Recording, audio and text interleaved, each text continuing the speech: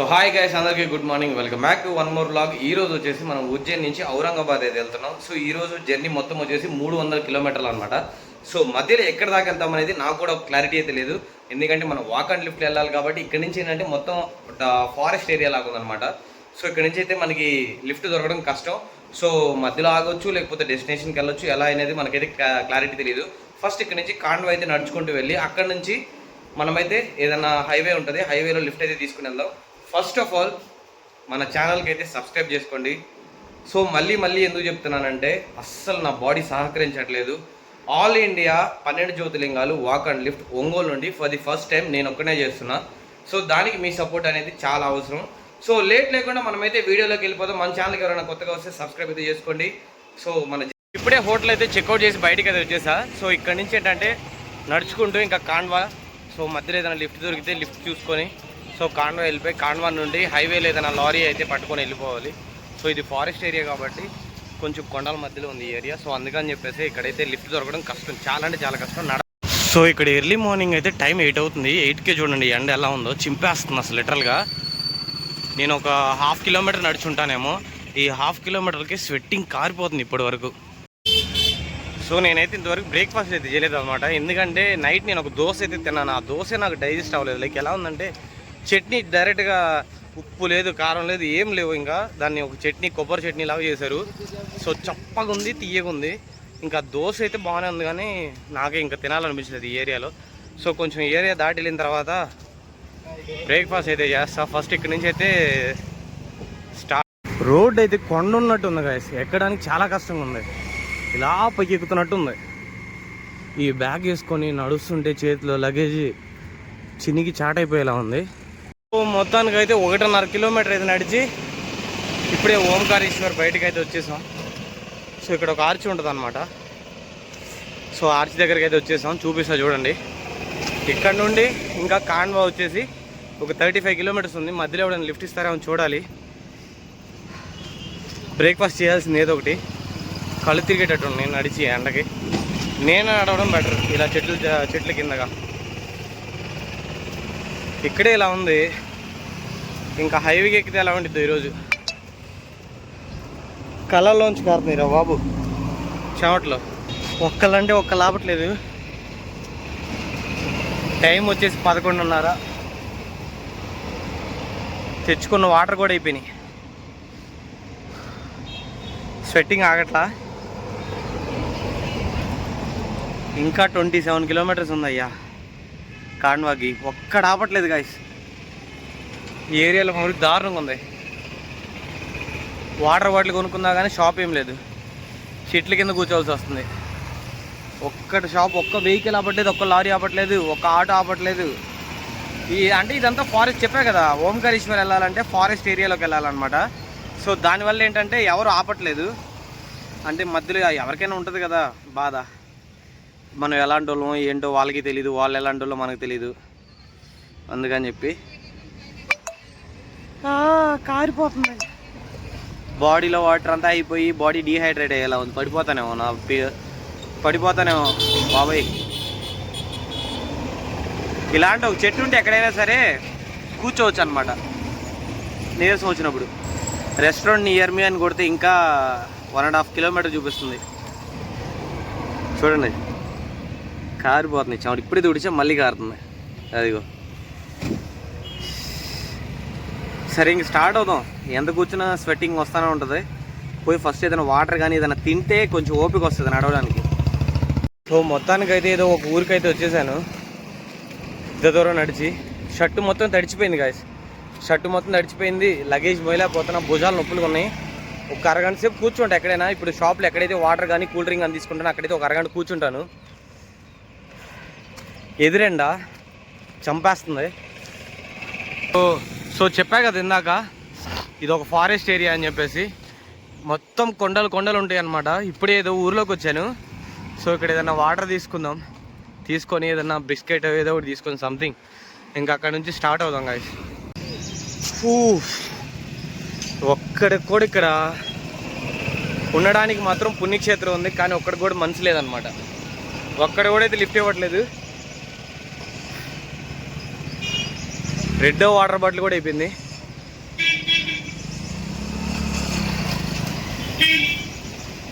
So చిన్నగా వెళ్దాం. కాండ్వా ఇంకా 12 కిలోమీటర్లే ఉంది.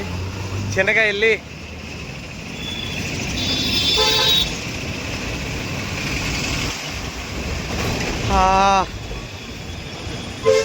కాండ్వాలో ఏమన్నా తినాలి గాయస్. నేను ఇందాక ఆపిన చోట ఫుడ్ అయితే లేదనమాట. So only water bottle, juice అయితే దొరికింది. అప్పటికి ఒక హాఫ్ అన్ అవర్ అయితే రెస్ట్ తీసుకున్నా. కూర్చోవాలి కాండ్వాలో ఎక్కడైనా సరే, లేకపోతే పడిపోతాయి ఈరోజు గ్యారంటీ 200%. కళ్ళు తిరిగి పడిపోతా కూడా. ఎండ అలా ఉంది, చంపేస్తుంది లిటరల్గా ఎండ. ఈ కాండ్వా డిస్ట్రిక్ట్ మొత్తం ఓంకారేశ్వర్కి చాలా ఫేమస్ అనుకుంటా. ఎక్కడ చూసినా సరే శివుడి నామాలు, శివుడి గురించి లైక్ కోట్స్ ఇవే ఉన్నాయి. మొత్తం శివుడికి రిలేటెడ్గానే ఉన్నాయి మొత్తం. సో ఇప్పుడే మజ్జిగ ప్యాకెట్లో తీసుకున్నా. ఇదే అనమాట ఇన్స్టెంట్ బూస్ట్ అవ్వాలంటే ఎనర్జీకి మజ్జిగ కానీ లేకపోతే నిమ్మరసం కానీ తాగితే చాలు, కళ్ళు తిరగడం ఆగిపోతుంది.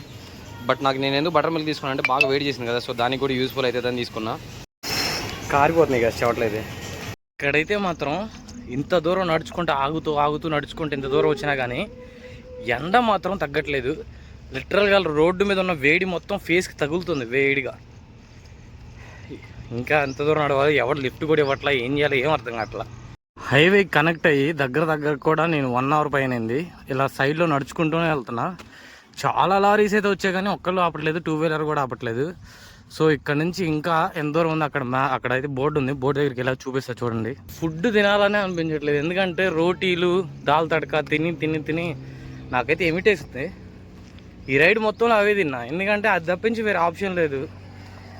దాల్ తడక రోటీ వేడి ఎక్కువైపోయింది బాగా.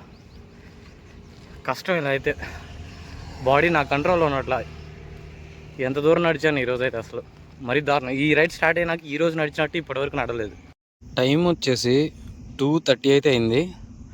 హైవేలో నుంచొని ఉన్నా, దగ్గర గంట నుంచి నుంచొని ఉన్నా ఇక్కడ. సో ఈరోజు అయితే బురాన్పూర్ అయితే వెళ్ళాలి. సో అక్కడి నుంచి ఏంటంటే ఔరంగాబాద్ దగ్గరేనమాట. సో అది పరిస్థితి. లగేజ్ ఇలా రోడ్డు మీద పెట్టుకొని నుంచొని అయితే ఉన్నా, కానీ ఎవరు ఆపట్లేదు. ఇదిగో లగేజ్ చూద్దాం, ఇంకొంతసేపు చూసి లేకపోతే చిన్నగా నడుచుకుంటూ వెళ్దాం. ఆల్రెడీ భుజాలు లాగేస్తున్నాయి ఈరోజు. చాలా దూరం నడిచాను అనమాట. ఆల్రెడీ వెయిట్ చేస్తున్నా ఎవరైనా ఆపుతారేమో అని. చాలామంది ఏమన్నారంటే ఇక్కడ ఎందుకు నుంచున్నావు, ఇక్కడ వెహికల్స్ రావు అంటే, వాళ్ళు ఏదో నేను బస్ కోసం వెయిట్ చేస్తున్నాను అనుకోని ఇక్కడ నుంచోకు, సిటీ లోపలికి వెళ్ళు, సో అక్కడి నుంచి నీకు బస్ అయితే దొరుకుతుంది, ఇక్కడ దొరకదు అని చెప్పేసి అంటున్నారు. బట్ నేనేంటంటే వాళ్ళకి తెలియదుగా నేను వాక్ అండ్ లిఫ్ట్ చేస్తున్నాను అని చెప్పి, అందుకని నేను హైవేలో అయితే వెయిట్ చేస్తున్నాను. సో ఎవరైతే లిఫ్ట్ ఇవ్వలేదు, ఇంకేం చేస్తాం. ఇప్పుడు దాకా ఎక్కడే నుంచున్నా. టైం వచ్చేసి 4 అవుతుంది. చిన్నకి ఇంకా నేనే నడుచుకుంటూ వెళ్తున్నా ఇందాక నుండి. ఎండ చూడండి అసలు చంపేస్తుంది. 4 గంటలకు కూడా 3:30, 4 అవుతుంది టైం అయితే.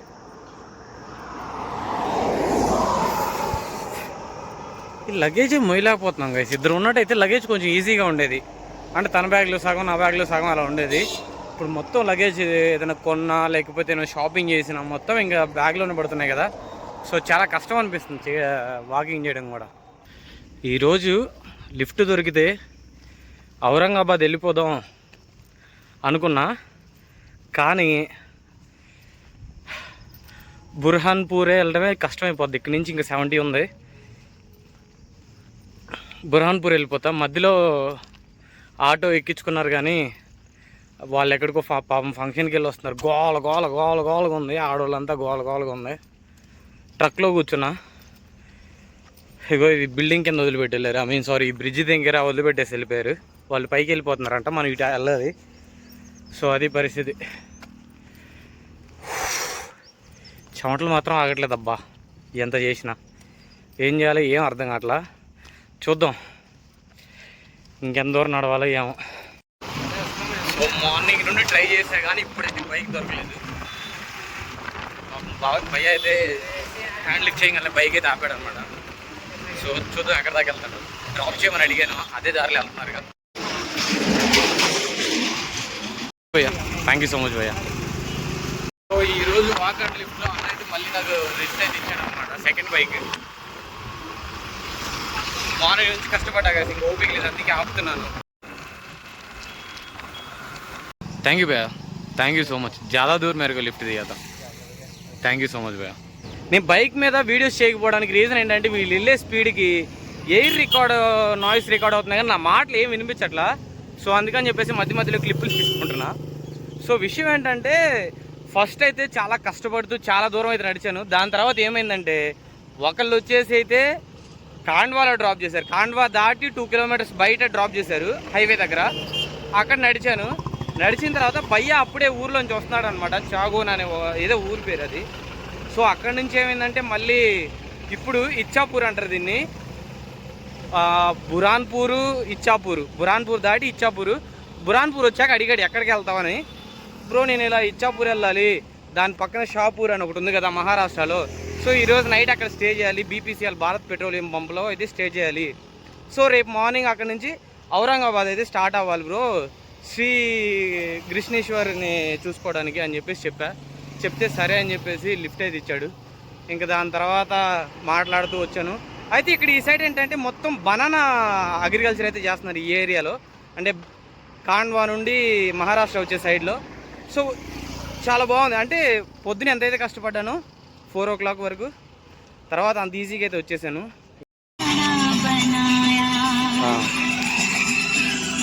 థ్యాంక్ యూ భయ్యా. कैसे है मेरा फ्रेंडशिप? अच्छा है थैंक यू. एकदम बेस्ट है. मिलते रहना. ठीक है. इधर मिलेगा तो मेरा गांव कैसे चलेगा? मैं ठीक है यार, जिंदगी कभी रही जिंदगी रही. वहाँ खाना मिल जाएगा. हाँ ओके मैं काके जाएगा. ठीक है. ఓకే. నా లైఫ్లో for the first time lift ఇచ్చిన వాళ్ళకి, అంటే లిఫ్ట్ ఇచ్చిన వాళ్ళకైనా లేకపోతే ఎవరి సర్కిల్ అయినా సరే, ఒక అతనికి నా చేతులతో అది ఉంటుంది కదా ఇలా చేతులతో కొట్టి నోట్లో పెట్టుకుంటారు పాన్, అది కొనిపెట్టాల్సి వచ్చింది. ఎందుకంటే నేను ఇచ్చాపూర్ రావాలి అంటే ఇంకా 12 కిలోమీటర్ అయితే ఉంది. సో ఈ 12 కిలోమీటర్లు ఎలా రావాలి అని ఆలోచిస్తుంటే తనైతే బైక్ ఆపాడు. ఆపి బైక్ ఎక్కించుకున్నాడు. ఎక్కడ దాకా అంటే ఇచ్చాపూర్ అని చెప్తే బైక్ ఆపాడు. సారీ, బైక్ ఆపిన తర్వాత ఇచ్చాపూర్ అని చెప్పిన తర్వాత బైక్ ఎక్కించుకున్నాడు. కొంచెం దూరం తీసుకొచ్చాడు. రన్నింగ్లో ఏం అడిగాడంటే, నేను డ్రాప్ చేస్తున్నాను కదా, డ్రాప్ చేసిన దానికి ఊరికే కాదు, నాకేంటంటే ఏదో పాన్ కొనియాలి అని చెప్పాను అన్నాడు. నేను సరే ఇంకా చేసేది ఏం లేక టైం వచ్చేసి 7 అవుతుంది దగ్గరగా. సో ఇంకా పాన్ కొనిచ్చేసి కొనిస్తానని చెప్పాను. ఇంకా అక్కడికి రాగానే కొనిచ్చేసాను అనమాట. నా లైఫ్లో ఫర్ ది ఫస్ట్ టైం జరిగింది ఇది.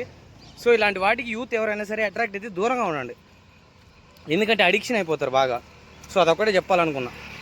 8 అయితే అవుతుంది. సో ఇంతవరకు అయితే ఇక్కడ చీకటి పడలేదు. మహారాష్ట్రకి ఇంకా 1 కిలోమీటర్ దూరంలో అయితే ఉన్నా. చూడండి లారీస్ అన్నీ కూడా క్రాస్ అవుతున్నాయి. ఎవరైనా వస్తే బాగుంది, 2 కిలోమీటర్స్ కూడా ఎక్కేసి వెళ్ళిపోతా. బట్ చూద్దాం, లేకపోతే 2 కిలోమీటర్స్ ఇంకా నడవాల్సిందే. ఆల్రెడీ అందులో 1/2 కిలోమీటర్ నడిచాలి, ఇంకా 1.5 కిలోమీటర్ ఉంది బోర్డర్ ఎక్కడ. ఎప్పుడైనా మనం ఇలా బైక్స్ మీద వెళ్ళేటప్పుడు కానీ, యూట్యూబర్స్ ఎవరైనా సరే మన స్టేట్ కానీ ఇంకొక స్టేట్లో పరిచయం అయ్యి మన దగ్గర ఒక సెల్ఫీ తీసుకొని సార్ అని రెస్పెక్ట్ ఇచ్చి అలా మాట్లాడుతుంటే నాకేదో కొత్తగా ఉంది. అంటే ఇంతకుముందు మన ఆంధ్ర స్టేట్స్లో జరిగింది కానీ బయట స్టేట్స్లో ఎప్పుడు జరగలేదు. So for the first time అంటే మధ్యప్రదేశ్లో ఇంకొక 1 కిలోమీటర్లో మహారాష్ట్ర అయితే ఉంది. సో ఇక్కడ జరిగిందనమాట. తనైతే నా సెల్ఫీ తీసుకున్నాడు. గైస్ భయ అయితే నేను నడుచుకుంటూ వెళ్ళడం చూసి నా కోసం అయితే వాటర్ బాటిల్స్, కూల్ డ్రింక్ అన్నీ తీసుకొచ్చాడు. థ్యాంక్ యూ సో మచ్ భయ, thank you so much. Literally మనం చాలా అనుకుంటాం మహారాష్ట్ర గురించి, బట్ మధ్యప్రదేశ్ మహారాష్ట్ర బోర్డర్లో నాకు ఈరోజు ఒక జరిగిన చిన్న ఇన్సిడెంట్ అయితే మీకు చెప్తా. సో నేను అప్పుడే చెప్పాను కదా ఇందాక వీడియోలో, నాకు cool drink bottle, water bottle తీసుకొచ్చి ఇచ్చారని చెప్పేసి. సో తనైతే వచ్చి నన్ను బోర్డర్ దగ్గర ఒక 1/2 కిలోమీటర్ డిస్టెన్స్లో డ్రాప్ చేసి అయితే వెళ్ళారనమాట. జస్ట్ అవి తీసుకొని తనకు థ్యాంక్ యూ చెప్పి నేను అలా వచ్చాను. బోర్డర్ దాటగానే ఒక పోలీస్ సార్ ఆపారు. ఎక్కడికి నడుచుకుంటూ వెళ్తున్నావు అని అడిగారు. సార్ పలానా అని డీటెయిల్స్ చెప్పాను. 12 జ్యోతిర్లింగాలు వాక్ అండ్ లిఫ్ట్ అని చెప్పాను. ఏంటి నడుచుకుంటున్నా అన్నారు. అవును సార్ నడుచుకుంటూ వాక్ అండ్ లిఫ్ట్ అని చెప్పాను. చెప్తే ఈరోజు ఎక్కడి నుంచి వస్తున్నావు అని చెప్పారు. ఈరోజు ఓంకారేశ్వర్ నుంచి వస్తున్నాను సార్, మధ్యలో 4 బైకులు మారాను, 12 కిలోమీటర్లు నడిచాను సార్ అని చెప్తే, అవునా అని చెప్పారు. వెంటనే నువ్వు ఇప్పుడు ఫుడ్ తిన్నావు అని అడిగాడు. లేదు సార్ మధ్యాహ్నం తిన్నాను, ఇప్పుడు తినాలి, ఎక్కడైనా పెట్రోల్ బంక్లో క్యాంపెయిన్ చేసి సో పక్కనే ఉన్న దాబా లేదని తిని అక్కడికి వెళ్ళి క్యాంపెయిన్ చేద్దాం అనుకున్నా అంటే, సరే నా నెంబర్ ఇస్తా, నువ్వు ఎక్కడికైనా దాబా దగ్గరికి వెళ్తే నాకు కాల్ చేయని చెప్పాడు. సరే అని చెప్పేసి నేను ఇక్కడ పెట్రోల్ బంక్ దగ్గరికి అయితే ఒక మనిషిని ఇచ్చి పంపించాడు. నాతో పెట్రోల్ బంక్ దగ్గరికి వెళ్ళి పర్మిషన్ ఇప్పించని చెప్పి. ఇన్ కేసు వాళ్ళు పర్మిషన్ ఇవ్వకపోతే మాదొక రూమ్ ఉంది పోలీసు వాళ్ళది, ఆ రూమ్లో ఫుడ్ తిని ఉండి నైట్ ఫోన్లో మొత్తం ఛార్జ్ పెట్టుకొని నీట్గా ఫ్రెష్గా రెడీ అయిపోయి రేపు మార్నింగ్ నువ్వు ఏ టైం అనుకుంటే ఆ టైంకి స్టార్ట్ అయ్యి వెళ్ళు అన్నారు. సో నిజంగా చాలా నాకు పొద్దున్నుంచి నడిచిన కష్టం, ఎండలో పడ్డ బాధ అంతా కూడా నాకు పోయిందనమాట. లైక్ ఒక మనిషిని ఇంత ప్రేమగా చూసుకుంటారు అనేది నాకు ఆంధ్ర దాటి బయటకు వస్తే కానీ తెలియలేదు. సో లిటరల్లీ నేనైతే ఫిదా అయిపోయాను అనమాట ఆ పోలీస్ సార్కి. నెంబర్ ఇచ్చాడు, పర్సనల్ నెంబర్ ఇచ్చి నీకు మహారాష్ట్రలో ఎక్కడైనా సరే నీకు ఎలాంటి ప్రాబ్లం ఉన్నా సరే కాల్ చేయని చెప్పారు. నేను సేవ్ చేసుకున్నాను. సో ఇప్పుడు ఏంటంటే పెట్రోల్ బంక్ ఓనర్ కోసం వెయిట్ చేస్తున్నాం. సరే తను వచ్చి పర్మిషన్ ఇస్తే ఇచ్చినట్టు వెళ్ళమని చెప్పాడు. చెప్తున్నాడు రూమ్లో అయ్యి ఉన్నాయి అని చెప్పేసి. సో బాగుంది, ఫీల్ బాగుంది, లోపల చాలా బాగుంది. ఫైనల్గా అయితే మనకి మహారాష్ట్రలో పెట్రోల్ పంపులో పడుకోవడానికి పర్మిషన్ అయితే దొరికిందనమాట. సో క్యాంప్ టెంట్ అయితే వేసేసాను.